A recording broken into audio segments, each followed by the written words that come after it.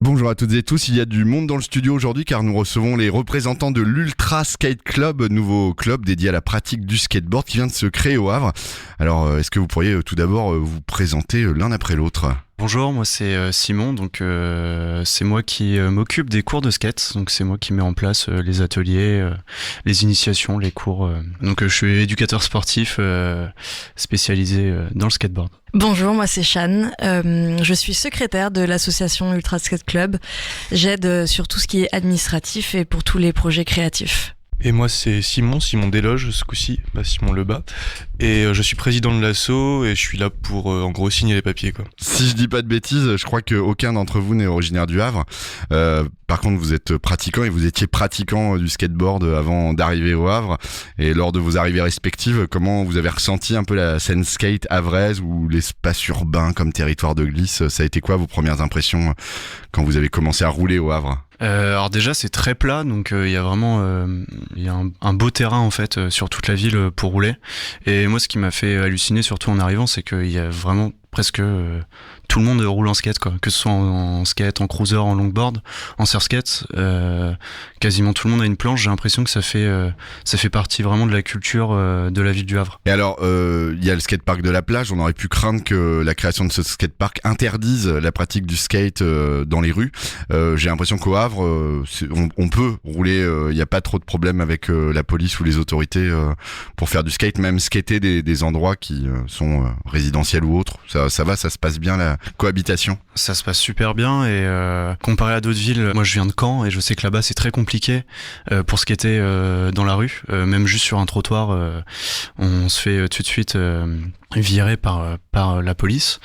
Que au Havre justement il n'y a pas ce souci et c'est des infrastructures qui sont presque faites pour ça, donc il y a vraiment aucun souci. Enfin là par exemple avec l'esplanade sur le quai Southampton ou par exemple en face du MUMA aussi, c'est vraiment des espaces qui sont quasiment dédiés à ça et en fait ce qui est bien aussi c'est qu'il y a de la place pour tout le monde, donc par exemple même pour les cours on sait que nous on peut faire des courses sans déranger en fait les autres pratiquants.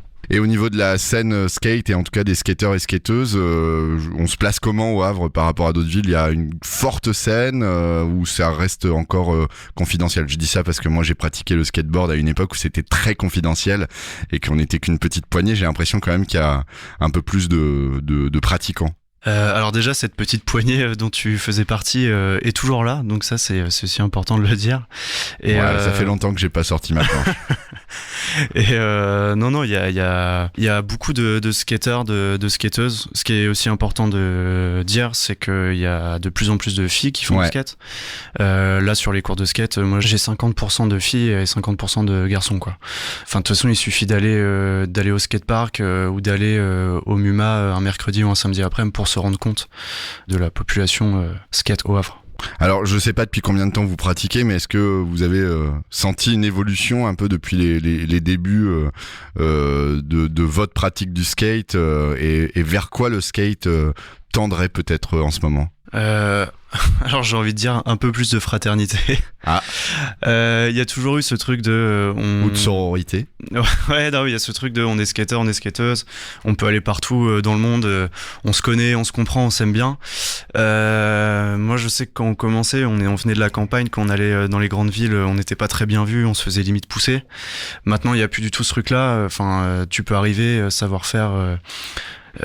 Juste savoir rouler ou savoir faire une figure, en fait on s'en fout, t'es là pour rouler et t'es assez bien accueilli et je trouve que ça va dans le bon sens. Après tout le côté compétitif, on n'aime pas, ça a toujours été là en fait dès le début du skateboard, donc je pense que le sujet maintenant ça sert à rien de c'est intégré quoi, voilà. En fait c'est intégré et après on le voit comme on veut. Là c'est pareil sur les cours de skate. On pourrait me dire ouais ça fait pas partie de la culture, mais en fait il y en a toujours eu. Ouais, avant il y avait des stages de skate. Ouais, il y avait des stages de skate et puis pourquoi pas, c'est pareil, moi je suis pas entraîneur hein. Si je propose un exercice à faire et que un ou deux élèves veulent pas le faire, bah c'est pas grave, on fait autre chose. Enfin, en fait il y a pas de souci. Et puis il y a les JO 2024 avec le skate qui du coup a intégré les Jeux Olympiques sur l'édition 2021. 2024 c'est Paris, peut-être que va y avoir encore un boom du skate en 2024 puisqu'il y aura des belles compétitions. On aurait pu croire à un moment donné qu'on aurait pu accueillir les compétitions de skate au Havre pour les JO, mais bon, ce sera à Paris. Et peut-être effectivement aussi la pratique du skate a évolué, j'ai envie de dire, avec l'histoire de la crise sanitaire, où j'ai le sentiment que beaucoup de peut-être d'anciens skateurs ont ressorti leurs planches durant cette période, ou peut-être des personnes qui n'avaient jamais mis un pied sur une planche se sont dit tiens, peut-être un autre mode de transport doux. Vous le sentez vous peut-être dans la pratique du skate, qu'il y a de plus en plus de peut-être juste de personnes qui cruisent en fait, qui se servent du skate comme moyen de transport et pas comme pratique sportive de sport de glisse? Je le sens à fond et je le ressens surtout par rapport du coup avec Ultra Skate Club, donc les cours de skate qu'on propose.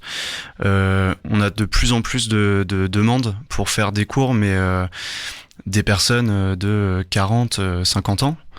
Soit qui ont fait du skate étant jeunes, ou soit qui n'en ont jamais fait et qui veulent s'y mettre. Donc en effet, il y a quelque chose autour de cette pratique, c'est en plein air. Il n'y a pas vraiment d'horaire en fait pour cette pratique. On en fait un peu comme on veut. Donc ouais, peut-être que la crise sanitaire a accentué un petit peu l'envie de faire du skate. En plus, le Havre s'y prête. Simon, tu voulais rajouter quelque chose, je crois. Ouais, non, je disais juste que moi, par exemple, pour le coup, je skate plus comme j'ai pu faire, aller dans les skateparks et tout avant, et moi maintenant le skate, c'est vrai que moi c'est un moyen de déplacement. Si je sors ma planche, c'est plus pour aller d'un endroit à un autre, ou alors c'est dans un cadre de soirée exceptionnelle où je suis avec des potes, on veut un peu s'amuser, on veut cruiser la ville et délirer un coup, mais sinon c'est vrai que moi pour le coup j'utilise plus le skate de cette façon-là actuellement. Et alors, à qui s'adressent les cours?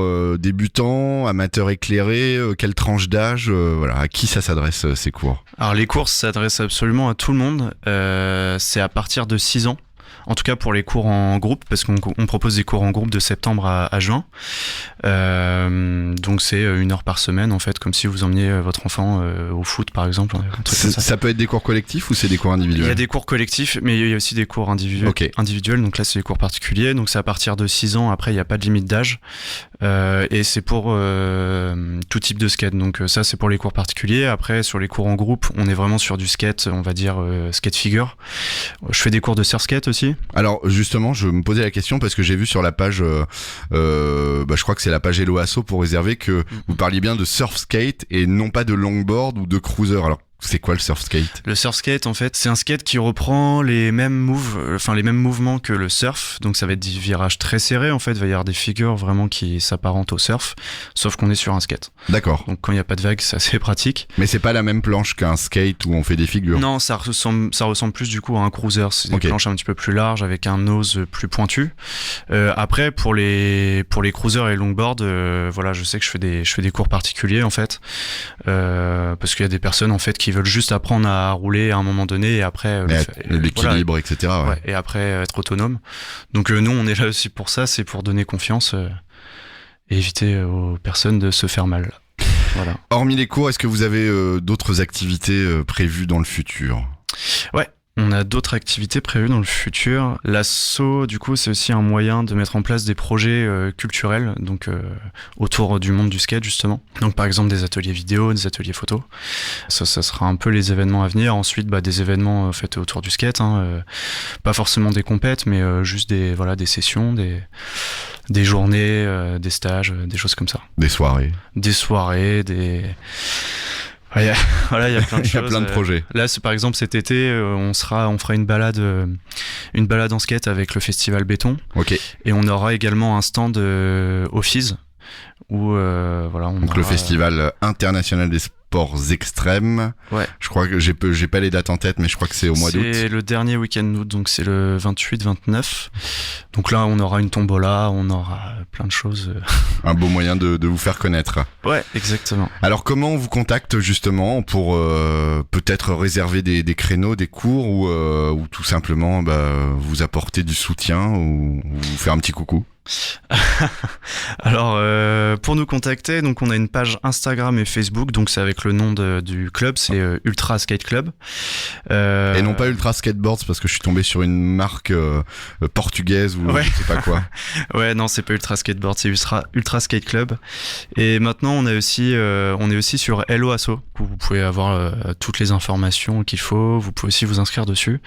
Et vous pouvez également passer à la boutique Quicksilver pour avoir des renseignements, pour vous inscrire. Alors c'est au centre commercial des Docks, c'est ça? Ouais, exactement. Quicksilver, c'est le partenaire officiel d'Ultra Skate Club, qui ont été et qui sont encore et qui seront d'une grande aide en fait pour l'asso, avec le manager Maxime Lehoux, qui est d'ailleurs le trésorier d'Ultra Skate Club. Donc, qu'on salue et qui nous écoute. Et un petit peu de pub, ça fait jamais de mal. Si vous prenez des cours, si vous inscrivez pour des cours, vous avez moins 15% sur toute la boutique sur toute l'année. Eh ben super. Shan, Simon et Simon, merci beaucoup et puis longue vie à Ultra Skate Club. Merci Mathieu. Merci.